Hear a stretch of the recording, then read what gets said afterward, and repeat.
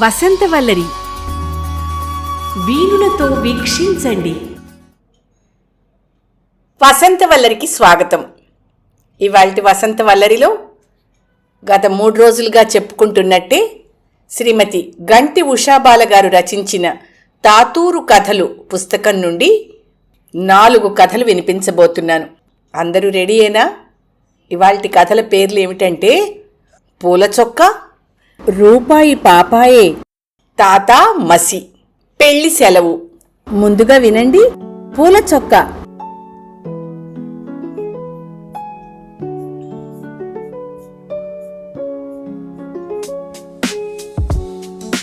నేను నిద్ర లేచేసరికి ఇల్లంతా సందడిగా ఉంది. ఇంటి నిండా బోలెడు మంది చుట్టాలు. ఉదయాన్నే అక్క కూడా స్నానం చేసేసింది. నన్ను చూసి నాలుక బయటపెట్టి వెక్కిరించింది, నువ్వే లేట్ అంటూ. వీళ్ళందరూ ఎవరు అని అడిగాను, దానికి మాత్రమే వినబడేటట్టు. మీసాల్ తాతయ్య వాళ్ళ ఇంటి గృహప్రవేశంట, అమ్మ చెప్పింది. అందుకే టౌన్ నుంచి వీళ్ళందరూ వచ్చారు.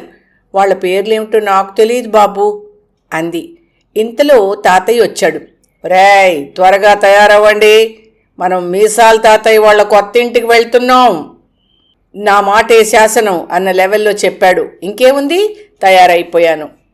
అమ్మమ్మ నాకు మల్లెక్కకి పసుపు పెట్టిన కొత్త బట్టలు తెచ్చిచ్చింది. ఇవి వేసుకోండ్రా అంది.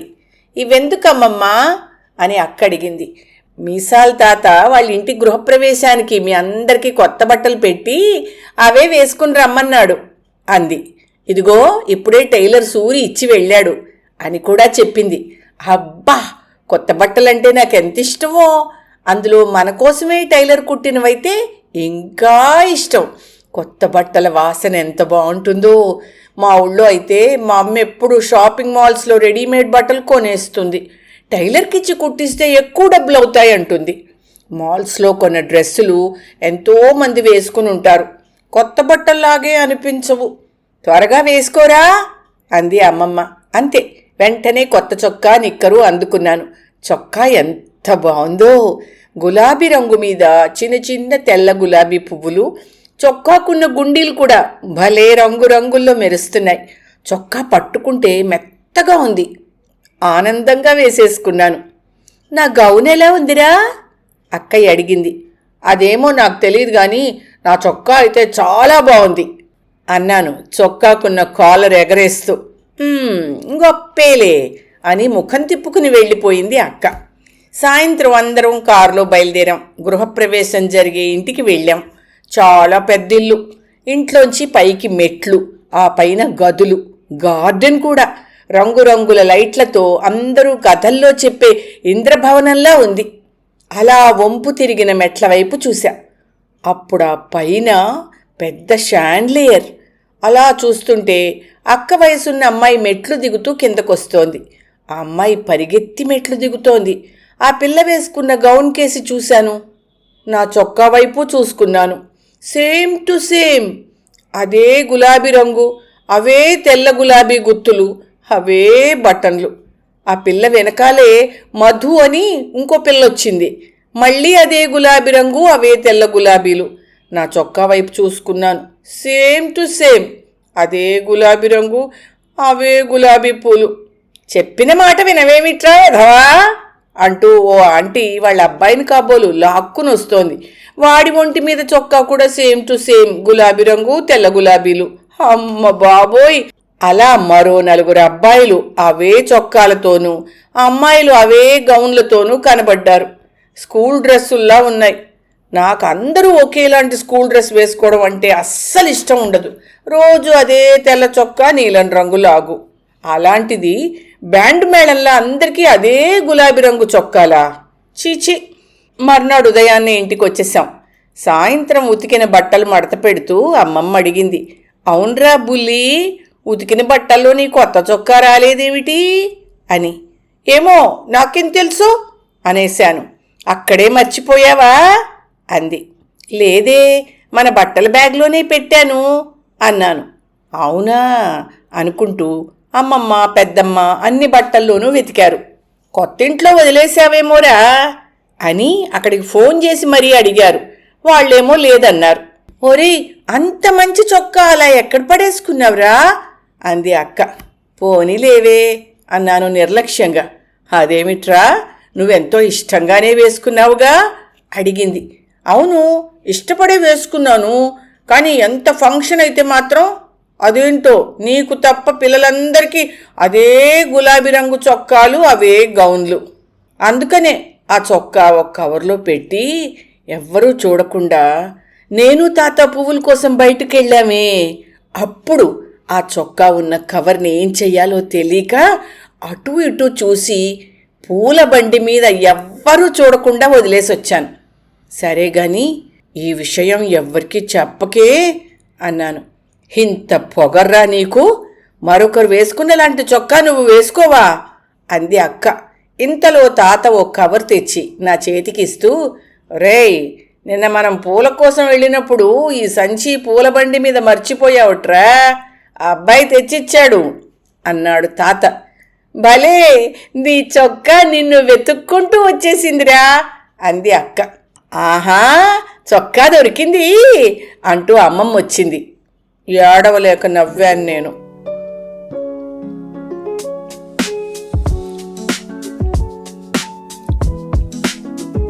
మీరు విన్న ఆ కథ పేరు పూల చొక్కా. ఇప్పుడు మరో కథ విందాం. ఆ కథ ఏమిటంటే రూపాయి పాపాయే.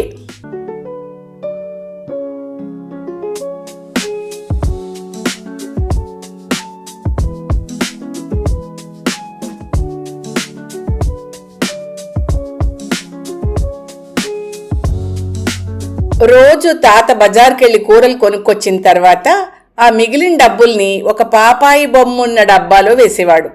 తాతయ్య ఇంట్లో ఫ్రిడ్జ్ కొనలేదు. ఒకటి కొనండి అని అడిగేది అమ్మమ్మ. చక్కగా వేసవి కాలంలో బొండాం నీళ్లు ఫ్రిడ్జ్లో పెట్టుకు తాగొచ్చు చల్లగా. ఇలా రోజు కూరల సంచి పట్టుకుని ఉదయాన్నే బజార్కి వెళ్ళక్కర్లేదు. ముందే వారానికి సరిపడే కూరలు తెచ్చుకుని ఫ్రిడ్జ్లో పెట్టుకోవచ్చు. ఇంకా ఎన్నో ఎన్నో ఆశలు చూపేది అమ్మమ్మ. కానీ తాత మాత్రం అమ్మమ్మ మాటల్ని పట్టించుకునేవాడు కాదు. ఫ్రిడ్జ్లో పెట్టిన కూరగాయల్లో బలమే ఉంటుంది, హాయిగా తాజా కూరగాయలు రోజు మనకి బజార్లో దొరుకుతున్నాయిగా, నేను ఫ్రిడ్జ్ కొనను అనేవారు. ఏమిటో చాదస్తం మనిషి అనుకుంటూ నుదుటి మీద చేత్తో కొట్టుకునేది అమ్మమ్మ. రోజు తాత బజార్కి వెళ్ళి కూరగాయలు తెచ్చేవాడు. నేను అప్పుడప్పుడు తాతూరు వెళ్ళినప్పుడు బజార్కి వెళ్ళేవాడిని తాతయ్యతో. బజార్కి వెళ్ళొచ్చిన తర్వాత మిగిలిన చిల్లర డబ్బులు హాల్లో ఉన్న అద్దాల బీరువాలో అమ్మాయి బొమ్మ డబ్బాలో వేసేవాడు. ఆ రోజు సాయంత్రం ఆటలయ్యాక ఇంటికి వెళ్తూ డుంబుగాడు మా తాత వాళ్ళ ఇంటి పక్కనే ఉన్న షాప్లో క్యాడ్బరీ చాక్లెట్ కొనుక్కుని నా ఎదురుగానే దానికి చుట్టిన కాగితం విప్పి నోట్లో వేసుకున్నాడు. దాన్ని చప్పరిస్తూ, అబ్బా ఎంత బాగుందో అన్నాడు. వాడలా అంటుంటే నా నోట్లోనూ నీళ్లూరాయి. ఆ మరుసటి రోజు వాడు చాక్లెట్ కొంటున్నప్పుడు నా ఎదురుగానే రోజులాగే కాగితం విప్పి నోట్లో వేసుకున్నాడు. ఒక్కటి రుచి చూడరా, అదిరిపోద్ది. అలా నోట్లో వేసుకోగానే మెత్తగా కరిగిపోద్ది తెలుసా. కరిగిపోయి లోపల చాక్లెట్ రుచి నాలిక్కి తగులుతుంటే ఆహాహా భలే రుచి అనుకో అంటూ ఊరించాడు నన్ను. నాకు రాత్రంతా కలలో చాక్లెట్లు బోలెడని తిన్నాను. పంచినన్ని ఫ్రెండ్స్కి పంచాను. నిద్ర లేచాక అమ్మని చాక్లెట్ కొనుక్కుంటానమ్మా, డబ్బులు ఇవ్వవు అని అడిగాను. ససేమిరా అంది. నీకు జలుబు దగ్గు ఉన్నాయి, అవి తింటే ఎక్కువైపోతాయి, నేనివ్వను అనేసింది. అమ్మా, ₹1 కదమ్మా, ప్లీజ్ ఇవ్వవా అని ఎంత బతిమాలినా ఆ అమ్మ ఇవ్వలేదు. తాత బజార్ నుంచి వచ్చాక మిగిలిన చిల్లర డబ్బాలో వేసి బావి దగ్గరికి స్నానానికి వెళ్ళాడు. అక్కడెవ్వరూ లేకపోవడం చూసి మెల్లిగా చిల్లర వేసిన డబ్బా పట్టుకున్నాను. చాలా బరువుగా ఉంది. మెల్లిగా మూత తీశాను. నా కళ్ళు మెరిశాయి. బోలెడని డబ్బులు.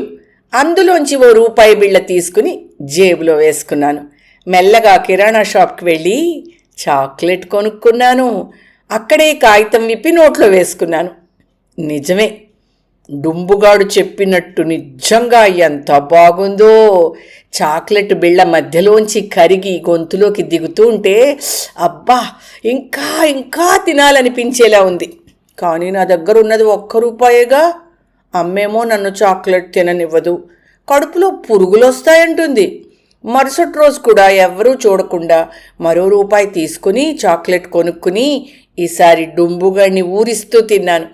తర్వాత గుర్తొచ్చింది, ఒకవేళ వాడు మా ఇంట్లో చెప్పేస్తేనో అని. కానీ వాడికి తెలియదుగా అది తాత దగ్గరున్న పాపాయి బొమ్మ పెట్టెలోదని. అలా 4-5 రోజులు రూపాయి బిళ్ళని పాపాయి బొమ్మున్న పెట్టెలోంచి తీయడం, చాక్లెట్ కొనుక్కోవడం చేశా. ఆ రోజు కూడా ఎవ్వరూ లేకుండా చూసి పాపాయి బొమ్మ ఉన్న పెట్టి తెరిచాను. రూపాయి బిళ్ళ కోసం వెతికాను.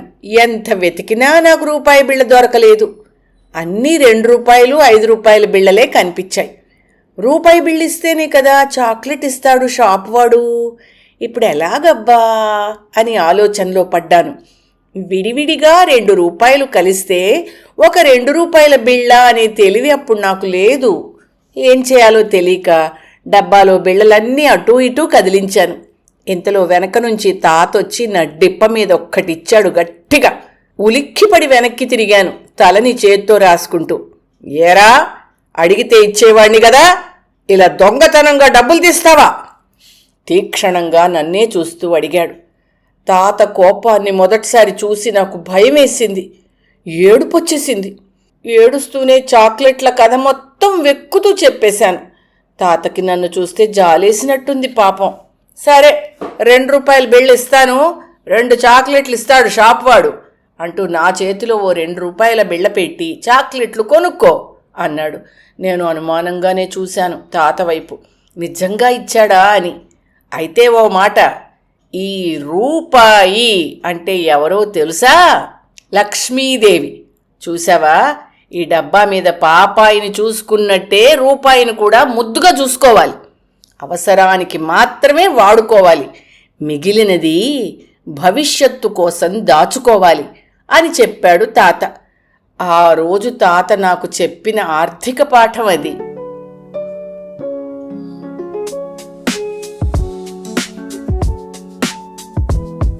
ఇవాల్టి తాతూరు కథలు సిరీస్లో 3వ కథ, తాత మసి. వినండి. నాకు కుక్కల్ని చూస్తే తెగ భయం. రాత్రిపూట అమ్మమ్మ పక్కింటి సుబ్బత్తని అడిగి ఏ పంచదారో కాఫీ పొడో తెమ్మని పంపేది. నా వెనకాలే తోక ఊపుకుంటూ వచ్చే నల్ల కుక్కను చూస్తే నాకు తెగ భయం వేసేది. శ్రీ ఆంజనేయం ప్రసన్నాంజనేయం ప్రభాదివ్యకాయం అనుకుంటూ పరుగులాంటి నడకతో సుబ్బత్త వాళ్ల తలుపుని ధడాలను తోసుకుంటూ లోపలికి వెళ్ళి గబుక్కుని తలుపు వేసేసేవాణ్ణి. హోరిని, నువ్వట్రా, భయపడిపోయాను అంటూ సుబ్బత్త ఏం కావాలరా అని అడిగేది. చిచి, ఇక్కడికి కూడా వచ్చేసావా అంటూ అక్కడే ఉన్న ఓ రాయి ముక్క విసిరింది ఆ కుక్క మీద సుబ్బత్త. అమ్మో, నల్ల కుక్క వీళ్ళ ఇంట్లో కూడా వచ్చేస్తోందా అనుకున్నాను నేను.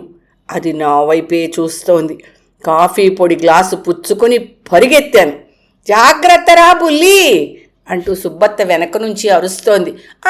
సరే అంటూ వెనక్కి తిరిగాను. నా వెనకాలే నల్ల కుక్క. బాబోయ్, నా వెనకాలే వచ్చేస్తోంది అనుకుంటూ ఒక్కసారిగా ఇంట్లో దూరి తలుపు వేసేశాను. ఎందుకురా కుక్కలంటే నీకంత భయం అన్నాడు తాత. ఏమో తాత, ఎప్పుడు ఇంత పెద్ద నాలిక బయట పెట్టి చొంగ కారుస్తూ నన్నే చూస్తూ ఉంటుంది ఆ కుక్క. నా వెనకాలే వస్తూ ఉంటుంది. నాకు అందుకనే చచ్చే భయం, చిరాకు అదంటే. అయినా కుక్క కరిస్తే బొడ్డు చుట్టూ ఇంజెక్షన్లు చేయించుకోవాలట కదా, నా ఫ్రెండ్ చెప్పాళ్లే అన్నాను. అవునా అన్నాడు తాత.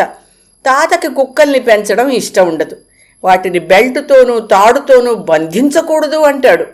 ఆ రోజు నా ఫ్రెండ్ రమేష్ గాడు సాయంత్రం ఆటలాడుకునేటప్పుడు బొద్దుగా ఒళ్ళంతా తెల్లని బొచ్చుతో మిలమిలలాడే కళ్ళతో ఉన్న కుక్క పిల్లని ఒకదాన్ని తీసుకొచ్చాడు.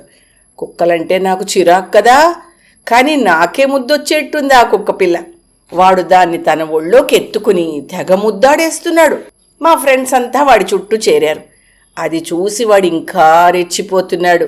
సీమా, సీమా డార్లింగ్ అంటూ దాన్ని కిందకి దింపి బెల్ట్ పట్టుకుని పరిగెత్తాడు. అది ఉరకలేస్తూ పరిగెడుతోంది. దాని వెనకాలే వీడు. మేమందరం ఓ చోట నిలబడి వాడి వైపు వాడి కుక్క వైపు కళ్ళప్పగించుకుని చూస్తున్నాం. పేరేమిట్రా నీ కుక్క పేరు అన్నాడు వెంకటేష్. సీమ అన్నాడు రమేష్ కొంచెం గర్వంగా. Seema meet my friend Venkatesh, Sriram and Bulli అంటూ మమ్మల్ని అందరినీ తన ముద్దుల కుక్క పిల్లకి పరిచయం చేశాడు. ఈలోపు దాని నోట్లో ఓ బిస్కెట్ కూడా పెట్టాడు. వీళ్ళందరూ నీకు ఫ్రెండ్స్ సీమా అన్నాడు ముసిముసిగా నవ్వుతూ. వీడికెంత పొగరు, వీడి కుక్కకి మేము ఫ్రెండ్స్వా అనుకున్నాం. పైగా వీళ్ళందరిది పల్లెటూరు, నీలాంటి డాగ్స్ సంగతి వీళ్ళకి తెలీదు అంటూ గొప్పలు కూడా చెప్పాడు. ఆ రోజు రాత్రి రమేష్ గాడి డాగ్ గురించి తాతకి వివరంగా చెప్పాను. తాత సాయం కూడా అడిగాను. అప్పుడు తాతయ్య ఉత్సాహంగా అభయం కూడా ఇచ్చేశాడు. 2 రోజుల తర్వాత నా చేతిలోనూ ఓ కుక్క పిల్ల, దాని మెడలో ఒక బెల్టు, అది తినడానికి బిస్కెట్. మా స్నేహ బృందం దగ్గరికి కుక్కతో సహా రమేష్ వచ్చాడు. మా స్నేహితులంతా నేను తెచ్చిన కుక్క చుట్టూ చేరారు. అబ్బా భలే ఉందిరా, నల్లగా నిగనిగలాడుతూ. నీ కుక్కలంటే భయం కదరా, ఎలా తెచ్చావు అనుమానంగా అడిగాడు వెంకటేష్. మా మావయ్య రాజమండ్రి నుంచి కారులో తెచ్చాడురా గొప్పగా చెప్పాను. దీని పేరేమిటో వ్యంగ్యంగా బాణం విసిరాడు రమేష్. మసి అన్నాను కసిగా. మసి? ఛ, అదేం పేరు? రమేష్ చిరాగ్గా మొహం పెట్టన్నాడు. మసే, నీ కుక్కని సీమ నుంచి తెచ్చావని దానికి సీమ అని పేరు పెట్టావు కదా. ఇది పొద్దున్నే నీళ్లు కాచుకునే బిందెలా నల్లగా ఉంది కదా, అందుకని దీనికి మసి అని పేరు పెట్టాం అని చెప్పాను నేను. రమేషు అంటూ గట్టిగా నవ్వాడు. ఆ నవ్వుకి వాడి చేతిలోని సీమ కుయ్యో అంటూ అరవడం మొదలెట్టింది. దాని అరుపు విని నా చేతిలో ఉన్న మసి దాని మీదకి ఎగబడుతూ గట్టిగా అరవడం మొదలెట్టింది. దెబ్బకి రమేష్ గాడు కుక్కతో సహా పారిపోయాడు. మళ్ళీ ఆటలకి ఆ సీమాని తీసుకురాలేదు. ఇంకెప్పుడూ కుక్క గురించి గొప్పలు కూడా చెప్పలేదు. ఎలాగో మసి అలవాటైంది కాబట్టి నా కుక్కలంటే భయం పోయింది. ఇంతకీ మసి అంటే ఎవరనుకుంటున్నారు? ఎవరో కాదు, సుబ్బత్తి ఇంటికి కాఫీ పొడి కోసం వెళ్ళినప్పుడు నా వెంట పడిన నల్ల కుక్కే.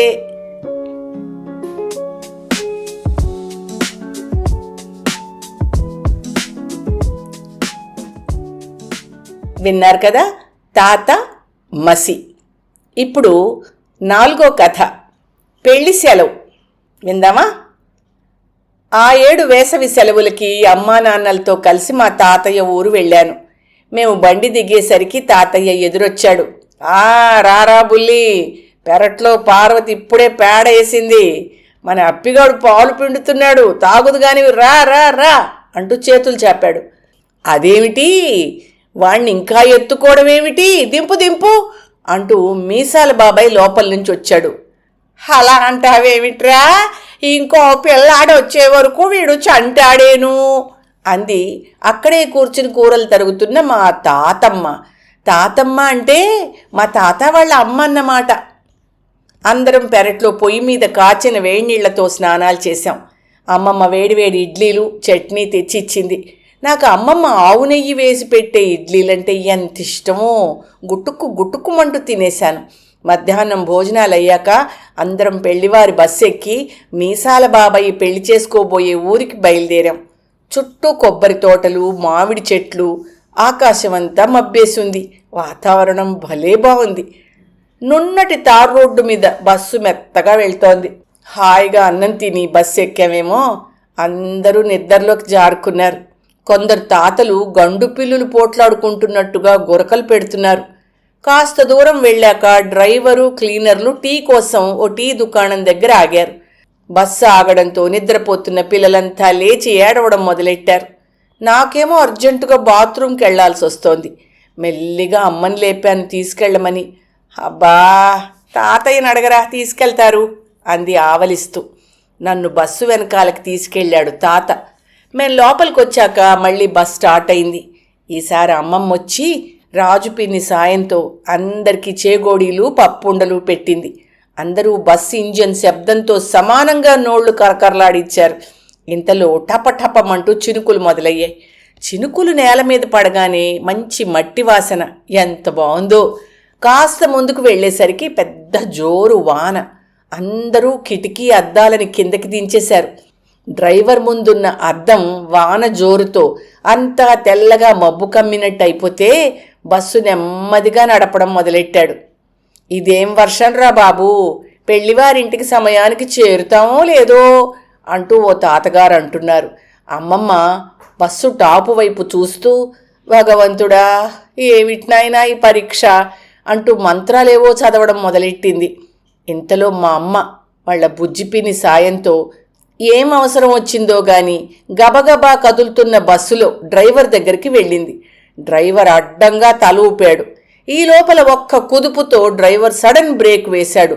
అంతే, బుజ్జిపిని పీచే మోడ్ అన్నట్టు వెనక్కి స్పీడ్గా నడుచుకుంటూ వెళ్ళి చివర్లో ఉన్న సీటు మధ్యలో కూర్చున్న చిన్నిగాడి ఒళ్ళో పడింది. వాడు కుయ్యో మొర్రోమంటూ ఏడుపు లంకించుకున్నాడు. అదేమిటే వాడి ఒళ్ళో పడ్డావు అంటూ అందరూ నవ్వారు. నేనేం చేయను, డ్రైవర్ బ్రేక్ వేసేసరికి పట్టు తప్పి పడిపోయాను అంది బుజ్జిపిన్ని. మరి కాసేపటికి బస్సు బురదలో కూరుకుపోయి ఆగిపోయింది. అక్కడికి పెళ్లివారిల్లు కొంచెం దూరంలోనే ఉంది. అందరూ పొలోమంటూ వర్షంలో సామాన్లు తీసుకుని నడుచుకుంటూ పెళ్లివారింటికి బయలుదేరారు. నన్ను మాత్రం మా తాత భుజాల మీద ఎక్కించుకు తీసుకెళ్ళాడు. ఆ తర్వాత ఎలాగైతేనే మీసాల్ బాబాయ్ పెళ్లి బాగానే జరిగింది. తిరిగొచ్చాక మా స్కూల్ వాళ్ళు, ఇన్ని రోజులు స్కూల్ ఎందుకు మానేశావు, సెలవు చీటీ ఇవ్వు అని అడిగారు. ఏమని రాయాలి అని నాన్నని అడిగాను. మా తాత పెళ్ళని రాయి అన్నారు. నేను అలాగే రాసి మా క్లాస్ టీచర్కి ఇచ్చాను. తాతకి పెళ్ళేమిట్రా అంటూ మా మాస్టర్ నవ్వారు. ఇంటికి వచ్చాక నాన్నని అడిగాను. తాతయ్య పెళ్ళేమిటి అని మా మాస్టర్ నవ్వారు అన్నాను బుంగమూతి పెట్టి. ఆయన్నే అడిగాను, మీసాల బాబాయ్ పెళ్ళికి కదా మనం వెళ్ళాము అని. ఆయన మీ అమ్మకి బాబాయ్యరా, నీకు చిన్న తాతయ్య అన్నారు. అవునా, తాతయ్య పెళ్ళంటే అదా, తాతయ్య ఆహా తాతయ్య అన్నాను సినిమా యాక్టర్ రాజబాబులాగా. అది మా మీసాల బాబయ్య కాదు తాతయ్య పెళ్లి ప్రయాణం కథ. బాగుందా? మీకు ఈ కథ నచ్చిందనే అనుకుంటున్నాను.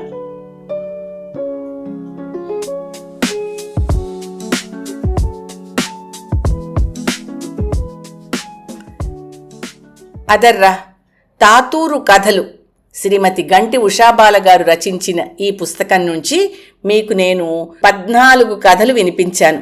చివరిగా మీ ఊరు వస్తాం అంటూ రాసిన ఈ మాటల్ని కూడా మీరు వింటే కథల పుస్తకం పూర్తయినట్టే. వినండి, మీ ఊరు వస్తాం. గంభీరమైన స్వరంతో చక్కగా అన్ని కథలు చదివి తల వంచి అందరికీ నమస్కరించాడు కౌస్తుభ కృష్ణ. సభలో చప్పట్లు మారుమ్రోగాయి. తెలుగు మాస్టారు వేదిక మీదకొచ్చి అతన్ని కౌగులించుకున్నారు. వంగి ఆయన కాళ్లకి నమస్కరించాడు కౌస్తుభ కృష్ణ. ఆయన మైక్ అందుకొని, తల్లిదండ్రులు, అమ్మమ్మ, నానమ్మ, తాతలు పిల్లలకు ఎంతో కొంత సమయం కేటాయిస్తే వాళ్ళు ఎంత చక్కగా ఎదుగుతారనేది మనం ఈ అబ్బాయిని చూస్తే అర్థం చేసుకోవచ్చు. ఇంత మంచి కథలను అందించిన ఈ చిరంజీవికి నా ఆశీస్సులు అంటూ ముగించారాయన. ఇంతలో ప్రేక్షకుల్లో కూర్చున్న ఒక అబ్బాయి చెయ్యి పైకెత్తాడు మైక్ కావాలంటూ. అతడు కౌస్తుభ కృష్ణకు తోటి విద్యార్థి. మైక్ అందించారు అతనికి. కంగ్రాట్స్ కృష్ణ, నువ్వు మా క్లాస్మేట్ అవ్వడం మా అదృష్టం. ఎప్పుడు చాలా కామ్గా ఉండే నీలో ఎంత స్కిల్ ఉందని ఈరోజే తెలిసింది. అబ్బో, ఎంత చక్కగా రాశావని, అంతే చక్కగా కళ్ళకు కట్టినట్టుగా వినిపించావు. మీ ఊరు, మీ తాత, మీ పెద్దమ్మ, మీ అక్క, ఈ క్యారెక్టర్స్ అన్నీ మా మనసులో హత్తుకుపోయేలాగా కథలు చెప్పావు. రోజువారీ జరిగే విషయాలకే కాస్తంత హాస్యాన్ని కలిపి మనుషుల మధ్య అనుబంధాలను చక్కగా చెప్పావు. ఈ కథల ద్వారా మాకందరికీ మీ తాతని, మీ అమ్మమ్మని, మీ తాతూర్ని చూడాలని చాలా కోరికగా ఉంది. మమ్మల్ని తీసుకెళ్తావా అని ప్రశ్నించాడు. ఆ అబ్బాయి వెనక నుంచి అవును అంటూ చాలామంది పిల్లలు కూడా చేతులెత్తారు. తప్పకుండా తీసుకెళ్తాను కానీ అంటూ క్షణకాలం ఆగాడు కౌస్తుభ. అతని గొంతు బొంగురు పోయింది. కళ్ళ నీళ్లు తిరిగాయి. తనని తాను సంభాళించుకుంటూ మైక్ అందుకున్నాడు. నా రచన మీ అందరికీ నచ్చినందుకు ధన్యవాదాలు. మీ అందరూ మా తాతూరు వస్తాననడం నాకు చాలా సంతోషంగా ఉంది. నా కథల్లో హీరోగా చూపించిన మా తాత ఈ మధ్యే ఒక 6 నెలల క్రితమే చనిపోయారు. ఇంకో విషయం, మీరందరూ అనుకుంటున్నట్టు ఆయన మా తాత కాదు. ఆవిడ నాకు అమ్మమ్మ కూడా అవదు. ఇంకా పెద్దమ్మ, అక్క వీళ్ళెవ్వరూ నా రక్త సంబంధీకులు కారు. నన్ను ఏడాది వయసులో మా అమ్మా నాన్న ఓ అనాథ శరణాలయం నుంచి దత్తత తీసుకున్నారు. అప్పటినుంచి నేను ఆ కుటుంబంలో ఒక సభ్యుణ్ణయ్యాను. ఈ విషయం తాత చనిపోయిన తర్వాత కూడా నాకెవ్వరూ చెప్పలేదు.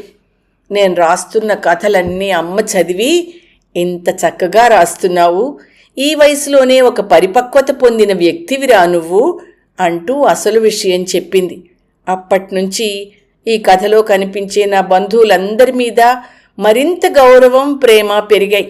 దాంతోపాటు ఇప్పుడు మీరందరూ ఇంతలా నన్ను ఆదరిస్తున్నందుకు నిజంగా కృతజ్ఞుణ్ణి. మీరు కూడా మీ తాత అమ్మమ్మల ఊళ్ళకి వెళ్ళి వాళ్ళని ఆనందింపచేస్తారని, వాళ్లతో సమయం గడుపుతారని ఆశిస్తున్నాను అంటూ ముగించాడు. చప్పట్ల హోరుతో ఆడిటోరియం దద్దరిల్లింది. తాతూరు తాత కూడా స్వర్గం నుంచి చప్పట్లు కొడుతున్నట్టు అనిపించింది కౌస్తుభ కృష్ణకి.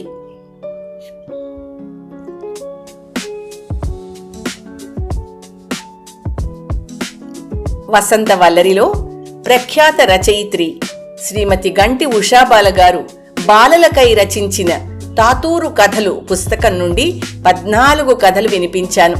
మీరందరూ కూడా ఈ కథలన్నీ విని ఆనందించారని తలుస్తున్నాను. మీ పిల్లలకు కూడా వినిపిస్తారని ఆశిస్తున్నాను. సెలవా మరి. వసంత వల్లరిలో ఇవాల్టి కార్యక్రమం మీకు నచ్చిందని ఆశిస్తున్నాను. అందుకే లైక్ చేసి మీ మిత్రులకు, బంధువులకు లింక్ను షేర్ చేసి మీ అమూల్యమైన అభిప్రాయాన్ని నాకు కామెంట్ బాక్స్లో తెలియచేయమని, వసంత వల్లరికి సబ్స్క్రైబ్ చేయమని విన్నవించుకుంటూ మీ వసంతలక్ష్మి అయ్యగారికి సెలవా మరి. Thank you. వసంత వల్లరి మిత్రులు, శ్రేయోభిలాషులు, వీక్షకులు, శ్రోతలు అందరికీ ఒక విజ్ఞప్తి.